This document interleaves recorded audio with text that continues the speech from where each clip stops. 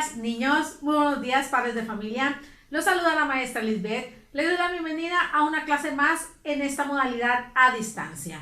Me da mucho gusto estar con ustedes. Espero se encuentren con excelente salud y con mucho ánimo para comenzar a trabajar con las actividades del día de hoy, miércoles 8 de septiembre del 2021. Recuerda que si tú tienes alguna dificultad para tus actividades, puedes mandarme mensaje y yo te puedo ayudar de manera individual. Échale muchísimas ganas, no desistas jamás, siempre lucha por aprender día a día, aunque este aprendizaje resulte difícil, pero con mucho esfuerzo valdrá la pena ese aprendizaje. ¿Sale, niños? El material que ustedes van a necesitar para esta clase será su cuadernillo de regreso a clases número 6, ya que trabajaremos con 3 materias. En tu primera actividad trabajaremos con tu materia de geografía y necesitarás el cuadernillo de regreso a clases número 6. En tu segunda actividad trabajaremos con la materia de matemáticas y también necesitarás el cuadernillo de regreso a clases número 6. Y en tu tercera actividad trabajaremos con tu materia de ciencias naturales y necesitarás tu cuadernillo de regreso a clases número 6. Por favor, concéntrate, pon mucha atención a cada una de las explicaciones para que puedas aprender y no tengas dificultad para realizar tus actividades.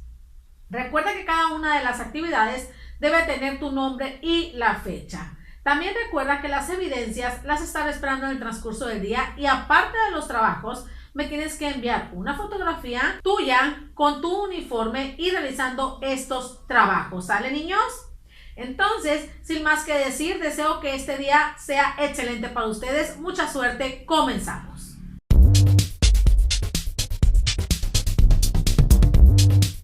Muy bien, niños, vamos con su primera actividad en su materia de geografía. En esta ocasión trabajaremos con el tema prevención de desastres y zona de riesgo. Para esta actividad, ustedes necesitarán su cuadernillo de regreso a clases número 6.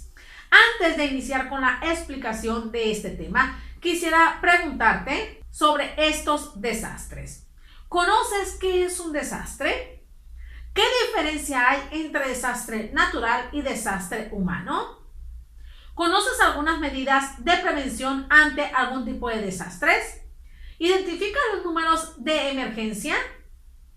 Bueno, niños, excelente, vamos a iniciar con la explicación. Concéntrense, por favor, y no se salten nada de este video para que puedan escuchar las explicaciones.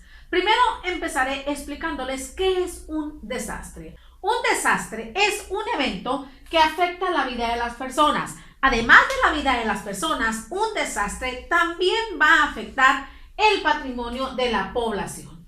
Pueden causar daños tanto materiales como humanos. ¿A qué se refieren daños materiales? Por ejemplo, cuando las personas pierden su casa, pierden todos los electrodomésticos que hay en casa, etc. Y daños humanos sería la pérdida de la vida de las personas. Estos desastres pueden provocar esos daños, tanto humanos como materiales. En estos desastres podemos encontrar 2 tipos, los naturales y los humanos. ¿Ustedes qué diferencia creen que tengan los desastres naturales y los desastres humanos? A ver, díganme, niños.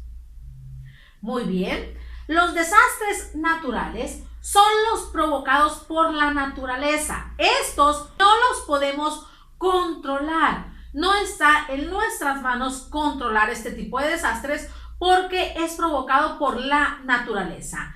Entre los desastres naturales tenemos a los tornados, tsunamis, ciclones, huracanes, erupciones de volcanes, sequías, deslaves, inundaciones, etc. Todos estos tipos de desastres naturales son provocados por la naturaleza, niños. Ahí el ser humano no tiene nada que ver y no los podemos controlar. A diferencia de estos desastres naturales, tenemos los desastres humanos. ¿Qué serán los desastres humanos? Estos son los provocados por los seres humanos, por la mano del hombre. Entre estos desastres humanos tenemos a los incendios forestales, al derrame de petróleo, accidentes nucleares, bombardeos, o sea, las guerras y los residuos tóxicos. Recuerden que estos desastres humanos son los que provocamos nosotros las personas con nuestras propias manos. Esa es la diferencia entre estos dos tipos de desastre y son los desastres que nosotros podemos encontrar en el mundo entero. ¿Sale, niños? Hasta ahí queda claro entonces qué es un desastre y los tipos de desastre. Bueno, excelente. Pero para que se lleve a cabo o surja un desastre, se necesita que se conjuguen dos elementos. ¿Cuáles son esos dos elementos que se tienen que conjugar para que pueda desarrollarse un desastre? El riesgo y la vulnerabilidad. ¿Qué significa riesgo y vulnerabilidad? Yo se los explico. El riesgo es la probabilidad de que surja algún evento catastrófico, por ejemplo, el tornado, las inundaciones, un ciclón, un huracán. Que si tú vives en una zona de riesgo, es muy probable que ahí surja ese desastre, ya sea natural o humano, ¿sale? Pero también se necesita la vulnerabilidad. Esta significa qué tan capaz es la gente o las personas de salir adelante ante este desastre. ¿Qué tanto es capaz de resistir esta población ante cualquier tipo de desastre? A eso se refieren tanto riesgo y vulnerabilidad. Y estos dos elementos se tienen que conjugar para que ese desastre pueda surgir y pueda hacer daño a la población. ¿Queda claro entonces hasta ahí la explicación, niños? Bueno, ustedes se preguntarán cuál será la mejor manera de contrarrestar todas estas consecuencias negativas de este tipo de desastres, ¿verdad, niños?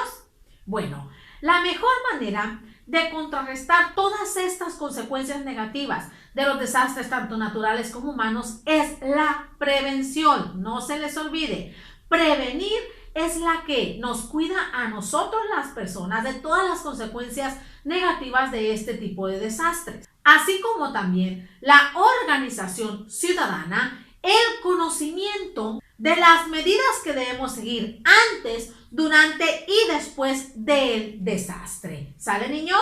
Por eso hay que estar informados de cuáles son las medidas que nosotros podemos llevar a cabo ante algún tipo de desastres. A continuación, yo te mencionaré algunas medidas que podemos llevar a cabo antes, durante y después de algunos desastres. Hay que poner atención, por favor. La primera de ellas dice que debemos nosotros organizar y participar en simulacros para que en el momento que se dé el desastre ya sepamos nosotros cómo organizarnos, qué hacer, a dónde ir y estar más tranquilos, ¿sale? La segunda medida de prevención es organizar campañas. Estas campañas con el fin de informar a las personas sobre qué hacer antes, durante y después del desastre. La tercera sería identificar zonas de riesgo y también identificar zonas seguras para que en el momento de desastre te alejes de esas zonas de riesgo y te acerques a esas zonas seguras. Después seguiría tener una lista de números de emergencia. Esto con el fin de que si tú estás en algún problema en ese momento del desastre, puedas llamar y te puedan contactar. Siguiendo con algunas medidas, sería tener un botiquín de primeros auxilios. Esto con el fin de que si tú tienes alguna herida o si tú te golpeas o te pasa algo, puedas curarte con el material que tengas en ese botiquín. Siguiendo con estas medidas, debemos tener calma, no gritar, no correr y no empujar. Estar tranquilos antes, durante y después del desastre, porque si nosotros nos desesperamos, es peor y no vamos a poder solucionar el problema. Por eso tener calma, no gritar, no empujar y no correr es una de las medidas de prevención más importantes ante cualquier tipo de desastre. Otra medida de prevención sería alejarse de lugares peligrosos que te puedan caer encima, tales como las puertas, las ventanas o cualquier aparato electrodoméstico que te pueda golpear. Por eso hay que protegernos, ¿sale? Otra medida, pero no menos importante, es atender las recomendaciones de las autoridades. Por eso hay que estar al pendiente, ya sea en la radio o en la televisión, de las noticias que van dando. ¿Para qué? Para acatar las órdenes que van dando las autoridades. Otra medida sería evacuar la zona donde tú estás cuando las autoridades te lo indiquen y finalmente tener un plan familiar ante algún desastre, ya sea natural o humano. que se organicen en familia mucho antes de que suceda ese desastre. ¿Para qué? Para que ya tengan un plan de lo que van a seguir paso a paso y no se desorganicen en ese momento y no pierdan la calma. Entonces, niños, la mejor manera de cuidarse y cuidar a los demás ante algún tipo de desastre es la prevención y el conocimiento de todas las medidas de prevención que nosotros podemos llevar a cabo en ese momento. ¿Queda claro entonces hasta ahí qué es un desastre, niños? Y cuáles son los tipos de desastre y algunas medidas de prevención ante estos desastres. Excelente, nos vamos a ir a la actividad. Pongan atención, por favor. Se ubicarán en su cuadernillo de regreso a clases número 6 en la página 56. En el punto número 1 vas a escribir RN si son riesgos naturales y RH si son riesgos humanos, ¿sale? En el punto número 2 vas a observar la imagen y vas a escribir algunas medidas de prevención que podamos utilizar ante ese tipo de desastre, antes, durante y después del desastre. Y finalmente en el punto número 3 vas a elegir un desastre natural o humano como los que te mencioné anteriormente y vas a escribir qué medidas de prevención podríamos seguir para cuidarnos en ese momento. Esta sería tu primera actividad. Tómense todo el tiempo que ustedes requieran para terminarla y posteriormente nos pasaremos a la actividad número 2.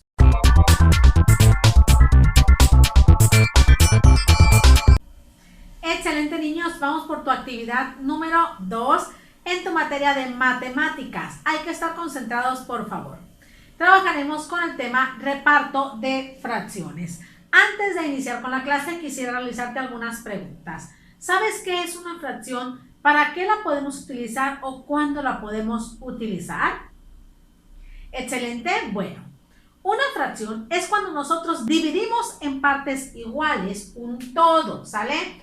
Esta fracción nosotros la podemos utilizar en nuestra vida diaria. ¿Para qué? Cuando vamos a la tienda a comprar medio kilo de tortillas, cuando vamos a la tienda a comprar un cuarto de queso, etc. Estas fracciones son muy importantes en nuestra vida diaria, como les decía, cuando vamos de compras, porque a través de estas fracciones sabemos qué cantidad se nos está proporcionando. La fracción está compuesta por el numerador y el denominador. El numerador es el numerito de arriba y este nos indica la parte que nosotros vamos a tomar o las partes que nosotros vamos a colorear. Y el denominador nos indica las partes en las que se va a dividir la figura completamente, ¿sale? Por ejemplo, aquí tenemos un medio. Esta fracción nos indica que voy a tomar uno de dos partecitas. Quiere decir que este todo lo voy a dividir en dos y voy a tomar nada más una sola parte. Para eso nos puede servir una fracción. Pero también a partir de una fracción, nosotros podemos hacer repartos de manera equitativa. Ustedes se preguntarán, ¿y cómo vamos a repartir mediante fracción? Ahí les va. Es necesario que nosotros analicemos lo siguiente. Para hacer un reparto de fracciones, debemos de identificar esto, que en el numerador irá la cantidad que se va a repartir.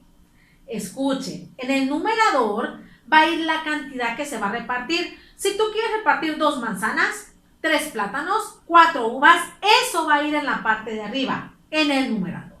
Y en el denominador irá entre las partes que se va a dividir. Por ejemplo, si yo quiero dividirlo entre 4 niños, ese número va a ir en el denominador.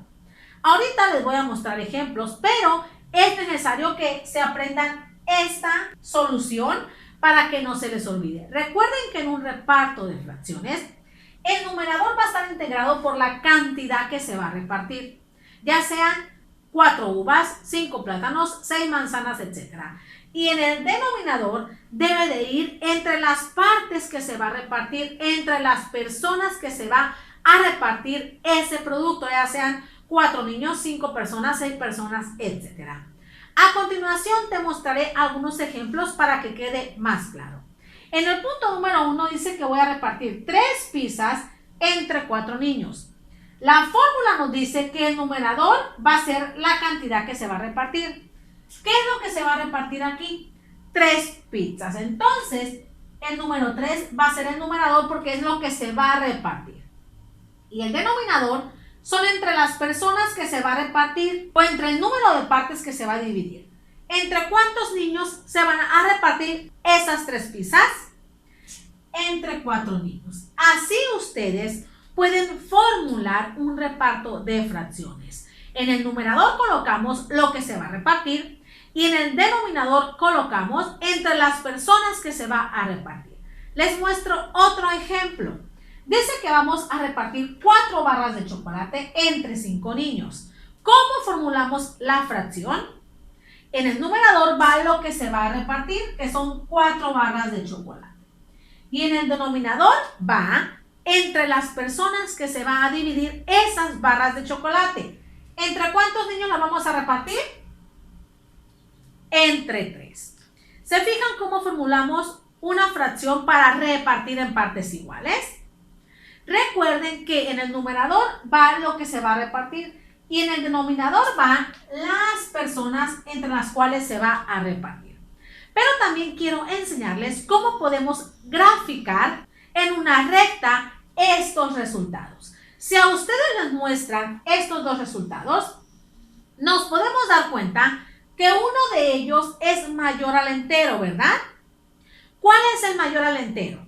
¿3/4 o 4/3? Díganme, para ser mayor al entero, el numerador debe de ser más grande que el denominador. Fíjense bien en las dos fracciones. Es este, ¿verdad? ¿Por qué? Porque 4/3 es mayor al entero. Entonces, niños, cuando queramos nosotros graficarlo en una recta, vamos a dibujar lo siguiente. Tenemos que dibujar dos rectas unidas. ¿Por qué? Porque en una fracción nos pasamos del entero. Ahora, siempre se debe de comenzar del 0 para poder iniciar con esta recta. Y en la primera partitura es un entero y aquí son dos enteros. Ahora sí, les muestro cómo podemos graficar. Dice que tenemos 3/4. Como vemos, esta no se pasa del entero. Entonces, esta fracción va a quedar aquí. ¿Por qué? Porque no se tiene que pasar del entero. Dice que tenemos 3/4. Esta recta se tiene que dividir en 4. ¿Por qué? Porque son cuartos. Ahí les va. Y dice que tenemos que localizar 3/4. Empezamos 0, 1, 2, 3. 3/4. Ahí está la primera. Borramos, por favor, para que no se me confundan con la siguiente. Ahora dice que tenemos que localizar 4/3. ¿En cuántas partes se va a dividir cada recta? En 3 partecitas porque estamos hablando de tercios. Por eso les dije que borráramos para no confundirnos. Entonces, cada entero se va a dividir en 3 partes. Igualitas, niños, ¿sale?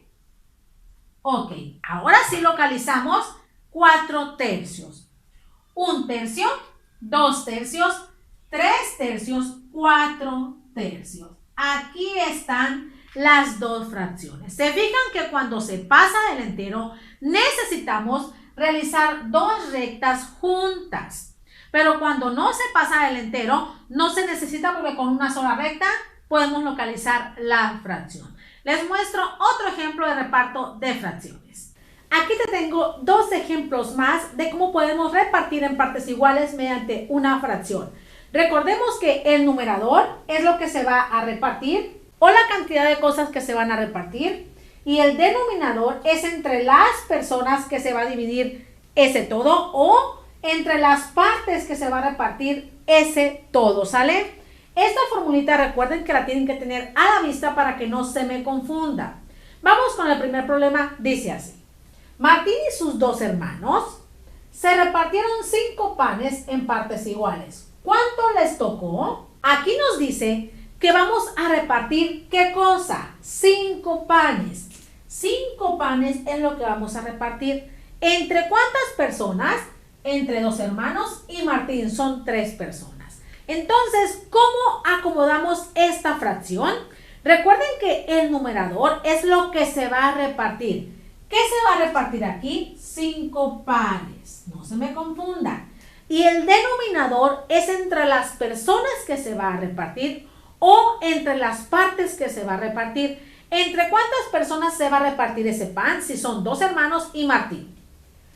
3 personas. Así que a cada uno le va a tocar 5 tercios de pan. Ahí está. Vamos con el segundo problema. Dice así. Mi mamá compró 2 pasteles y los va a repartir entre 10 personas de manera equitativa. ¿Cuánto le tocará a cada uno? Dice que vamos a repartir 2 pasteles entre 10 personas. Entonces, el numerador será lo que se va a repartir, 2 pasteles. Y el denominador entre las personas que se va a repartir esos pasteles. Por lo tanto, a cada uno le toca 2 décimos de pastel. ¿Por qué? Porque se van a repartir 2 pasteles entre 10 personas. Les repito de nuevo que el numerador es lo que se reparte, ya sea pasteles, chocolates, manzanas, peras, uvas. Y el denominador son entre las personas que se va a dividir, ya sea si son 3 personas, 4, 5, 6 o 7. Ahora les vuelvo a explicar cómo podemos graficar en una recta numérica estas fracciones. Primero, quisiera que me dijeran o identificaran cuál de las dos es mayor al entero. 5 tercios o 2 décimos. Recuerden que para que una fracción sea mayor a el entero, el numerador debe de ser más grande que el denominador. De aquí de estas dos, ¿cuál numerador es más grande que el denominador? A ver, fíjense para que me lo puedan decir. La de arriba, ¿verdad? 5 tercios. ¿Por qué es mayor que el entero? Porque el número de arriba, o sea, el numerador es más grande que el de abajo. Y esta no, esta es una fracción normal, fracción propia. Y esta es impropia porque es mayor al entero. Ahora, fíjense bien, la primera que vamos a graficar es la que es menor al entero. 2 décimos. Quiere decir que nada más vamos a utilizar un entero. No nos podemos pasar, porque si nos pasamos ya sería mayor al entero. Este entero lo vamos a dividir en ¿cuántas partes? En 10 para poder localizar el 2 décimos, ¿sale? En partecitas iguales. Ahí está, son 10 partes, pero vamos a localizar 2 décimos. 0, 1, 2 décimos. Aquí está esa fracción. Borramos todas las líneas para que no se confundan y podamos graficar la siguiente, ¿sale?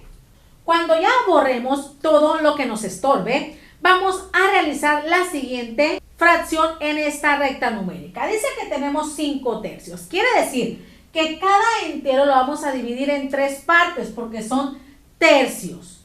¿Comenzamos entonces? Bueno, ahí están, son 3 y 3. Cada entero se va a dividir en las mismas partes que nos dice el denominador. Ahora sí localizamos 5 tercios comenzando desde el 0. 0, 1 tercio, 2 tercios, 3 tercios porque esto cuenta como el entero, 4 tercios, 5 tercios, ¿sale? Ahí están estas dos fracciones. Si yo tuviera una tercera fracción, la cual sería 3 medios, ¿cómo la graficaríamos? A ver, díganme. ¿Verdad que es mayor al entero? ¿Por qué es mayor al entero? Porque el numerador es más grande que el denominador. ¿Cómo le haríamos en esta recta numérica? Cada entero lo vamos a dividir en 2 partes. ¿Por qué? Porque nos está diciendo que son 3 medios, o sea que vamos a dividirlo en 2. Pero nos damos cuenta que es mayor al entero porque el numerador es más grande que el denominador. Entonces graficamos una tercera fracción. Cada uno de estos los partimos en 2 y localizamos 3 medios, empezando desde el 0. 0, 1 medio, 2 medios porque el entero cuenta como 1, 3 medios. Entonces, estas 3 fracciones así las podemos graficar. Todo depende si son mayor al entero o menor que el entero. ¿Y cómo sabemos en cuántas partes voy a partir la recta? Porque el denominador nos indica las partes en las que las voy a dividir. Si a ustedes se les dificulta, pueden ir borrando cada una de las rayitas de las fracciones hasta llegar a la final, a la última, ¿sale? Entonces, niños, ¿Queda claro hasta ahí cómo podemos hacer un reparto de fracciones de manera equitativa? Recuerden que el numerador siempre va a ser lo que se va a repartir. Aquí son 5 panes, pues es el numerador. Y el denominador siempre son entre las personas que se va a repartir. No se les olvide, les vuelvo a repetir. El numerador siempre es lo que se reparte. Y el denominador son entre las personas que se reparte, ¿sale? No se les olvide, porque eso es esencial para que no se confundan. ¿Entendido entonces? Muy bien, nos vamos a pasar a la actividad, pongan mucha atención. Se pasarán a la página 37 y 38 de su cuadernillo de regreso a clases número 6. En el punto número 1, tienen que resolver ese reparto de fracciones y colocar a qué fracción pertenecen, y cada una de esas fracciones las tienen que graficar en la recta numérica, así como yo se los proporcioné anteriormente. Recuerda que si es mayor al entero, se va a pasar del entero, tiene que ser graficada después. Y si es menor del entero, tiene que ser graficada antes del entero. Recuerda que el denominador es el que te va a decir en cuántas partes vas a dividir cada una de las rectas. Una vez que termines el punto número 1, te pasarás al punto número 2. Ahí tienes que completar el problema, el cual dice así. En el cumpleaños de Oscar, sus amigos quieren regalarle una guitarra eléctrica. Si 5 personas cooperan para comprarla, ¿qué fracción del precio pagará cada uno? Acuérdate que lo que se va a repartir va arriba, que es el precio de una guitarra eléctrica. No te dan el precio, pero sí la cantidad, una guitarra eléctrica. Y el denominador es entre las personas que se va a repartir. Aquí dice 5 personas. Una vez que termines el punto número 2, te pasarás al punto número 3. Ahí vas a escribir en cada recuadro a la fracción que pertenece. Por ejemplo, en la primera dice que vas a repartir 2 metros de listón entre 5 personas. Recuerda que el numerador es lo que repartes y el denominador entre las personas que las vas a repartir. Una vez que termines el punto número 3, nos pasamos al punto número 4. Vas a resolver 3 problemas, así como yo te lo mostré anteriormente con reparto de fracciones. Y finalmente te pasarás al punto número 5. Lo vas a realizar ahí mismo en tu cuadernillo. Vas a leer el problema y vas a dibujar lo que haga falta. El problema dice así. Arturo y otros 3 agricultores se repartieron una parcela en partes iguales. La imagen representa lo que le tocó a Arturo. Fíjate bien. Dice que a Arturo y a otros 3 agricultores les tocó la misma cantidad. Esa cantidad que tú observas ahí es lo que le tocó a Arturo, o sea, 4. Entonces vas a dibujar lo que le tocó también a los demás agricultores. Son 3 más. Si a Arturo le tocaron 4 arbolitos, a los demás agricultores también les tocó la misma cantidad.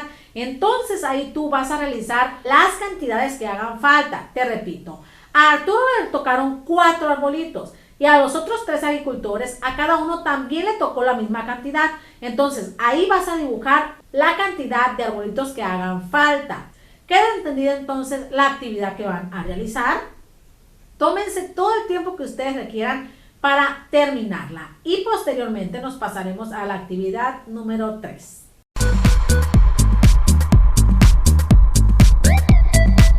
Excelente, niños, vamos por su tercera actividad en su materia de ciencias naturales con el tema sistema solar y el telescopio. Antes de iniciar con la explicación, quisiera realizarte algunas preguntas. ¿Cómo está formado el sistema solar? ¿Cuántos planetas existen? ¿Cuál es el más grande? ¿Qué son los cometas, satélites y asteroides? Muy bien, hay que estar concentrados, por favor, porque vamos a iniciar con la explicación. El sistema solar está compuesto por un conjunto de astros y materia celeste. Y este sistema solar está compuesto por distintos componentes. Entre ellos se encuentra el Sol, planetas, asteroides, satélites, cometas, etc. A continuación, yo te iré explicando el concepto de cada uno de estos cuerpos, ¿sale? Que integran al sistema solar. El primero de ellos sería el Sol. Este se ubica en el centro del sistema solar. El Sol es la única estrella que emite luz propia y que emite calor. No se les olvide que el Sol está en el centro del sistema solar. Alrededor del Sol giran los planetas, los asteroides, satélites y cometas. Entonces, niños, el Sol es considerado la única estrella que emite luz propia a los otros cuerpos que forman este sistema solar. ¿Hasta ahí vamos bien con el Sol? Ok. También al sistema solar lo forman los planetas. Los planetas son grandes cuerpos esféricos. ¿Qué quiere decir esféricos? Que son redondos. Y estos planetas reflejan la luz que les proporciona el Sol. ¿Cuántos planetas creen que hay en el sistema solar? 8, ¿verdad? Bueno, existen 8 planetas en el sistema solar y estos se organizan en 4 interiores y 4 exteriores. ¿Por qué se consideran interiores esos primeros 4? Porque son los más cercanos al Sol y los 4 exteriores son los más lejanos al Sol. Entre los primeros 4 interiores tenemos a Mercurio, Venus, Tierra y Marte. Esos son los primeros 4 planetas que integran nuestro sistema solar. Estos se consideran interiores también porque son rocosos, ¿sale? No se les olvide que estos 4 que son Mercurio, Venus, Tierra y Marte son interiores porque están más cercanos al Sol y porque son rocosos. Después de estos 4 planetas vienen los otros 4 exteriores, que son los más lejanos al Sol. Entre ellos encontramos a Júpiter, Saturno, Urano y Neptuno. A estos también se le consideran exteriores porque están hechos de gas y algunos de estos tienen anillos.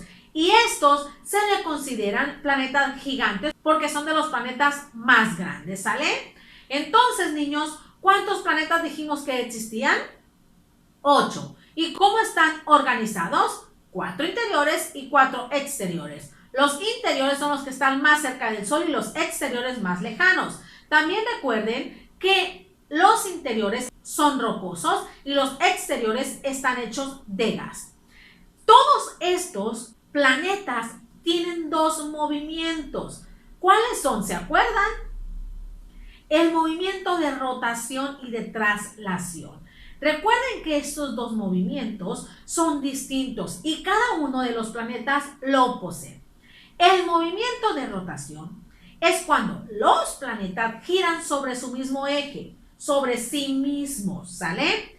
Y en la Tierra dura 24 horas y en la Tierra provoca el día y la noche, el de rotación. Pero también existe movimiento de traslación.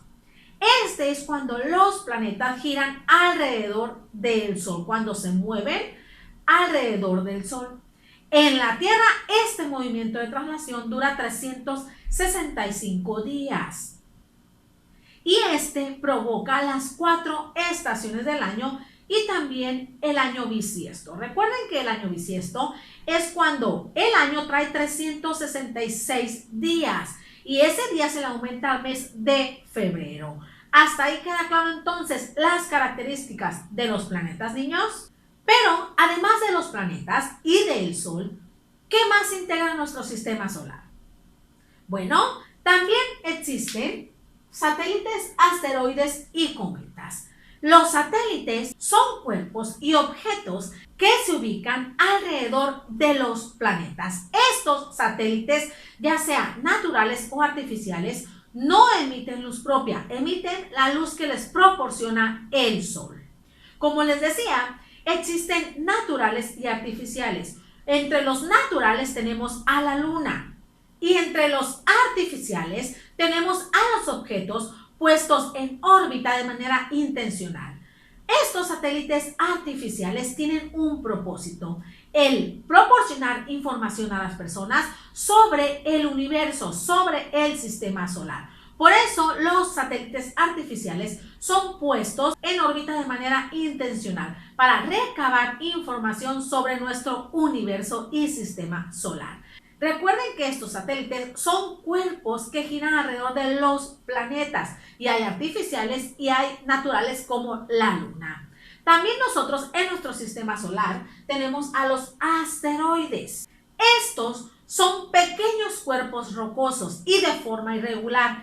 ¿Qué quiere decir de forma irregular? Que no tienen forma, no son circulares. Y estos asteroides giran alrededor del Sol. Recuerden que los satélites giran alrededor de los planetas y los asteroides giran alrededor del Sol. La mayor parte de estos asteroides se encuentra cerca de Marte y de Júpiter, ¿sale? Y finalmente tenemos a los cometas. Los cometas son pequeños bloques de hielo o fragmentos de rocas. Estos se acercan al Sol para después alejarse. Les repito, los cometas son pequeños bloques de hielo o fragmentos de roca y estos se acercan al Sol para después alejarse. Así está compuesto, niños, nuestro sistema solar, por el Sol, planetas, satélites, asteroides y cometas.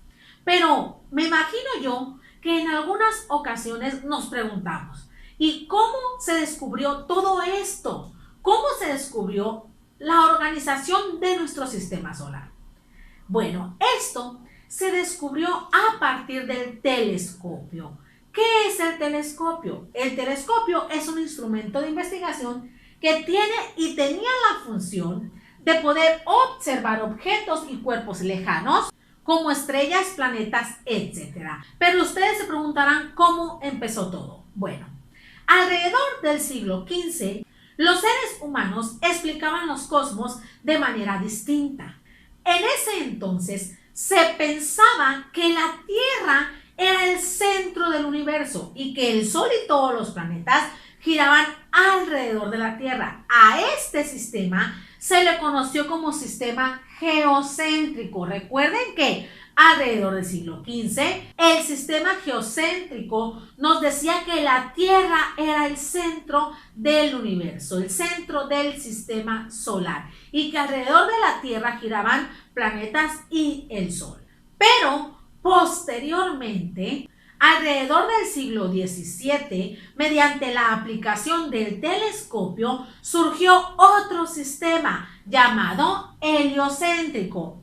Este sistema heliocéntrico llegó a la conclusión de que la Tierra no era el centro del universo ni del sistema solar, no, que el Sol era el centro del universo y que alrededor del Sol giraban planetas, asteroides, satélites, cometas, etc.